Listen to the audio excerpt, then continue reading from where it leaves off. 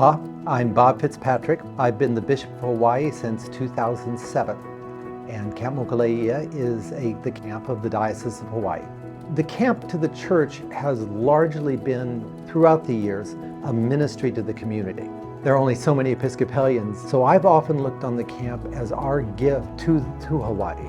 There's never been a bar to non-Episcopalians to be there.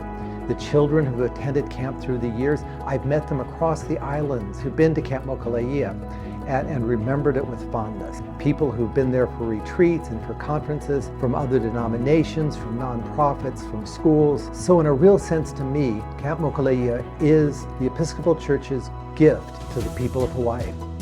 Yes, I'm Brian Greaves, and I was the director here at Camp Mokule'ia from 1977 to 87. When I came to the camp, we had no seawall, so we were losing property every day. During my time, we put in the seawall that's here now. And while we still have issues of erosion, we haven't lost an inch of land since we had the wall. We have damage to it, we have to repair it, but I think we can handle that. We'll be able to manage that. And we needed facilities at that time. We had aging buildings, and the task then is really the same task that we have now, is what do we need to do with our infrastructure here to be able to be assured that we're going to be looking at our centennial. But my focus is really on the next 25 years, because what are we doing to be sure that the young people of our community are going to be able to continue to be served and developed. That's the challenge for me, and that's what we're going to have to go out and find the financial resources to be able to be sure that we give another generation to our young people to be able to enjoy this incredible facility.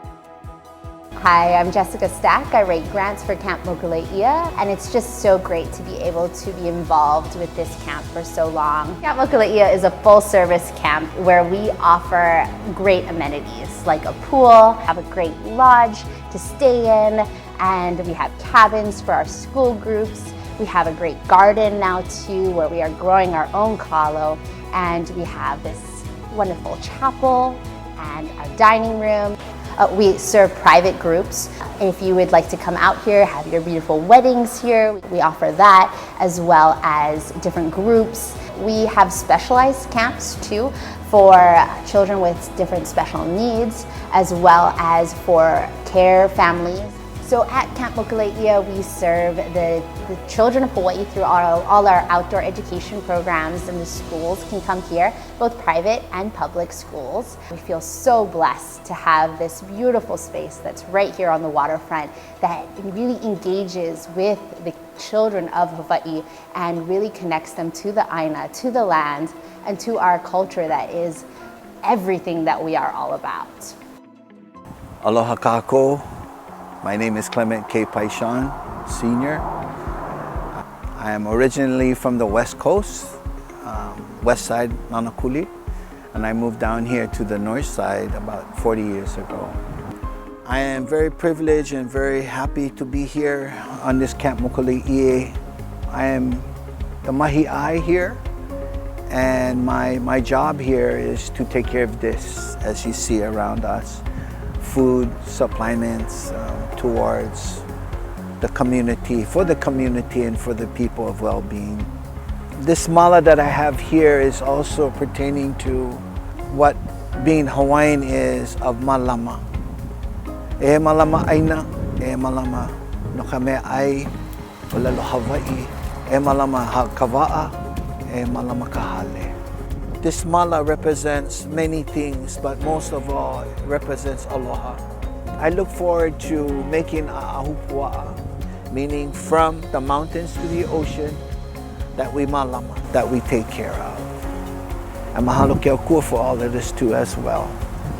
The mission of the camp is about, in serving young people, it is to align our programs here with the values of Jesus Christ. I mean, that's the heart and soul of it. And then in addition to that, and very importantly, we are a church that comes from our sovereigns, King Kamehameha IV and Queen Emma. They founded the Anglican Church here, we are here because of them. We need to be also instilling, as part of our mission, our Hawaiian roots that are the foundation of our presence here. And I think when you take those together, then we can have kids who are coming and experiencing community together, learning to socialize, to mature, but also eventually someday to be young people who will help this broken world in which we live, so that we can be a more just world, a world that is more at peace in these troubled times, and a world that has a sustainable environment in which to live on this planet. You know, we have beautiful facility out here that it's the creation around it that makes it special. We have the honu that you can come up here and see the turtles on the beach, or swimming in the water, or the monk seal you'll see basking and sunbathing on the beach, and